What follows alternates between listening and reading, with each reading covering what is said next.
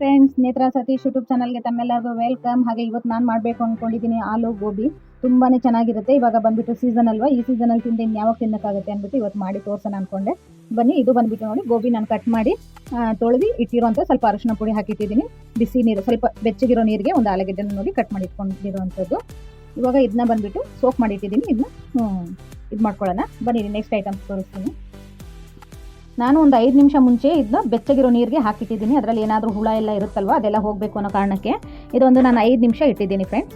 ಬನ್ನಿ, next items ಬಂದುಬಿಟ್ಟು ನೋಡಿ, ಒಂದು ಈರುಳ್ಳಿ ತೊಗೊಂಡಿದ್ದೀನಿ, ದಪ್ಪ ಈರುಳ್ಳಿ ತೊಗೊಂಡಿದ್ದೀನಿ. ಒಂದು 4-5 ಬೆಳ್ಳುಳ್ಳಿನ ನಾನು ಹೆಚ್ಚಿಟ್ಕೊಂಡಿದ್ದೀನಿ ಈ ಥರ ನೋಡಿ. ಹಾಗೆ ಇದು ಬಂದುಬಿಟ್ಟು ಒಂದು 3 ಮೆಣಸಿನ್ಕಾಯಿ, ಸ್ವಲ್ಪ ಕರಿಬೇವು ತೊಗೊಂಡಿದ್ದೀನಿ.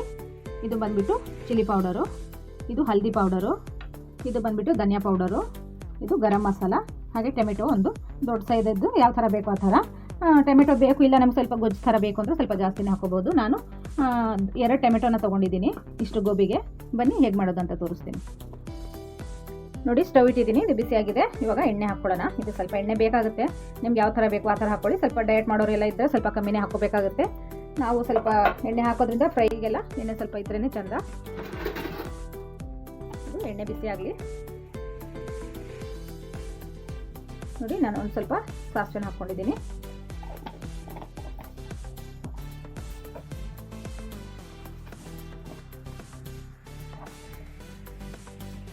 ಜೀರಿಗೆ ಕೂಡ ಹಾಕ್ಕೊಂಡಿದ್ದೀನಿ, ಯಾಕಂದರೆ ಚೆನ್ನಾಗಿ ಡೈಜೆಷನ್ ಆಗಬೇಕು ಅನ್ನೋ ಕಾರಣಕ್ಕೆ. ಬೇಕಂದರೆ ಹಾಕೋಬೋದು, ಬಟ್ ಆರೋಗ್ಯಕ್ಕೆ ಒಳ್ಳೆಯದು ಅನ್ನೋ ಕಾರಣಕ್ಕೆ ಹಾಕ್ತಾ ಇದ್ದೀನಿ.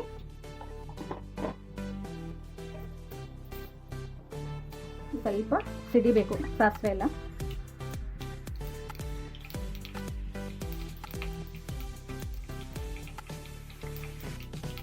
ಆಗಿದೆ. ಇವಾಗ ಈರುಳ್ಳಿನ ಹಾಕ್ಕೊಳ್ಳೋಣ ನೋಡಿ. ಈರುಳ್ಳಿ ಹಾಗೆ ಬೆಳ್ಳುಳ್ಳಿ ಎರಡನ್ನೂ ಹಾಕ್ಕೊತಾ ಇದ್ದೀನಿ.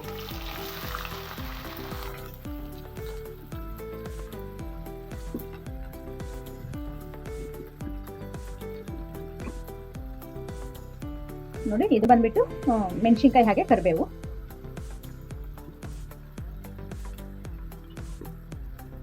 ಇದನ್ನ ಎರಡೂ ಸ್ವಲ್ಪ ಫ್ರೈ ಆಗಕ್ಕೆ ಬಿಡಬೇಕು.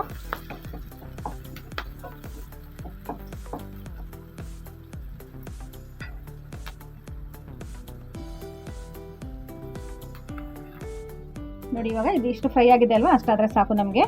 ಇವಾಗ ನಾನು ಟೊಮೆಟೊನ ಹಾಕ್ಕೊತಾ ಇದ್ದೀನಿ.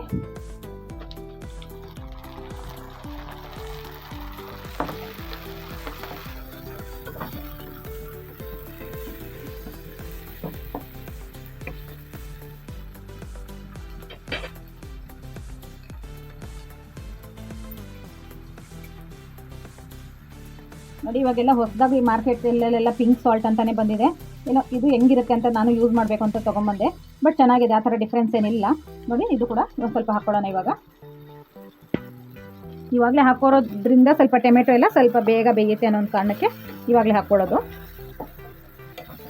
ನಮ್ಮ ಲೇಡೀಸ್ಗೆಲ್ಲ ಯಾವ ಥರ ಬೇಗ ಕ್ವಿಕ್ಕಾಗಿ ಅಡುಗೆ ಆಗಬೇಕು ಅನ್ನೋದೊಂದು ಇರುತ್ತಲ್ವ, ಅಂಥದ್ರಲ್ಲೆಲ್ಲ ನಾವು ಸ್ವಲ್ಪ ಟ್ರಿಕ್ಸ್ನ ಯೂಸ್ ಮಾಡಿ ಮಾಡೋದ್ರಿಂದ ಸ್ವಲ್ಪ ಬೇಗ ಎಲ್ಲವೂ ಆಗುತ್ತೆ.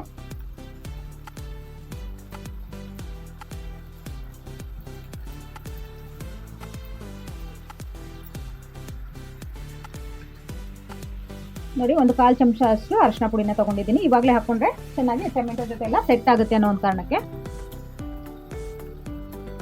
ನೋಡಿ. ಆಲ್ರೆಡಿ ನಾನು ಚಿಲ್ಲಿ ತೊಗೊಂಡಿದ್ದೀನಲ್ವ, ಆ ಕಾರಣಕ್ಕೆ ನಾನು ಒಂದು ಅರ್ಧ ಸ್ಪೂನ್ನ ಚಿಲ್ಲಿ ಪೌಡರ್ನ ತೊಗೊಂಡಿದ್ದೀನಿ. ಆವಾಗಲೇ ಗ್ರೀನ್ ಚಿಲ್ಲಿ ತೊಗೊಂಡಿದ್ದೀನಿ.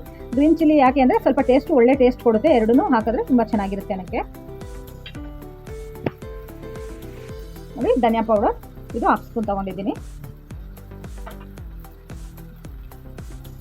ಇದೂ ಅಷ್ಟೇ. ಇದು ಬಂದುಬಿಟ್ಟು ನಿಮಗೆ ಗರಂ ಮಸಾಲ ಪೌಡರು, ಇದು 1/2 ಸ್ಪೂನು.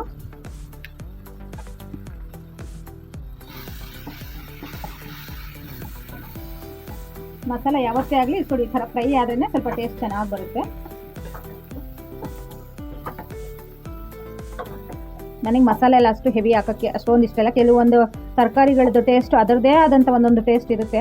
ನಾವು ಅದನ್ನ ಜಾಸ್ತಿ ಓವರಾಗಿ ಮಸಾಲೆ ಎಲ್ಲ ಹಾಕಿದಾಗ ಏನಾಗುತ್ತೆ, ಅದರದ್ದು ಟೇಸ್ಟ್ ಹೊರಟೋಗುತ್ತೆ. ಬೇಕು ಮಸಾಲೆ ಇಲ್ಲ ಅಂತಲ್ಲ, ಬಟ್ ಕೆಲವೊಂದಕ್ಕೆ ಎಷ್ಟು ಬೇಕು ಅಷ್ಟೇ ಹಾಕ್ಕೊಂಡ್ರೆ ಆರೋಗ್ಯಕ್ಕೆ ಕೂಡ ತುಂಬಾ ಒಳ್ಳೆಯದು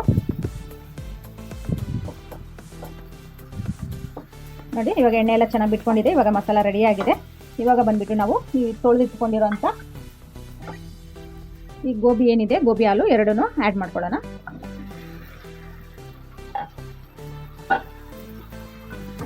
ಇದನ್ನ ನಮಗೆ ಸ್ವಲ್ಪ ಸೆಟ್ ಮಾಡ್ಕೋಬೇಕು. ಅದು ಬೇಯೋವರೆಗೂ ಅಲ್ವಾ. ನೋಡಿ ಇದು ಮಿಕ್ಸ್ ಆಗಿದೆ. ಇವಾಗ ಇದನ್ನ ಸ್ವಲ್ಪ ಹೊತ್ತಿಗೆ ಮುಚ್ಚಿಟ್ಬಿಡೋಣ. ಇವಾಗ ನೋಡಿ ಎಲ್ಲವೂ ಕರೆಕ್ಟಾಗಿ ಮಸಾಲೆ ಎಲ್ಲ ಮಿಕ್ಸ್ ಆಗಿದೆ. ಇದನ್ನ ಇವಾಗ ಮುಚ್ಚಿಟ್ಬಿಡೋಣ.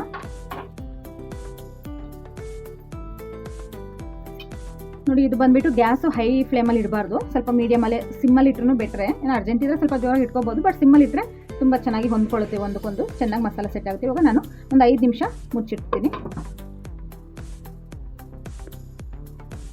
ನೋಡಿ ಇವಾಗ ಟರ್ನ್ ಮಾಡೋಣ.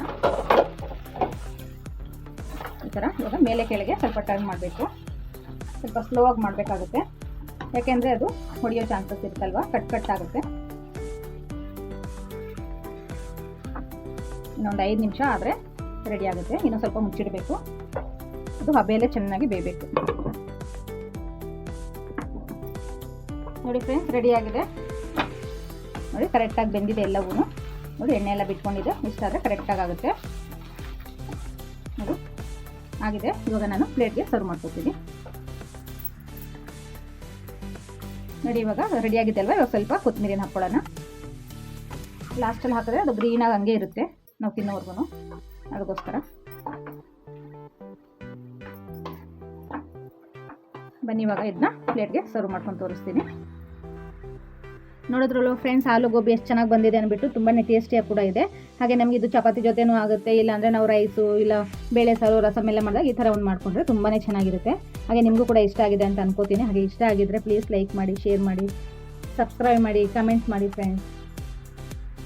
Thank you so much.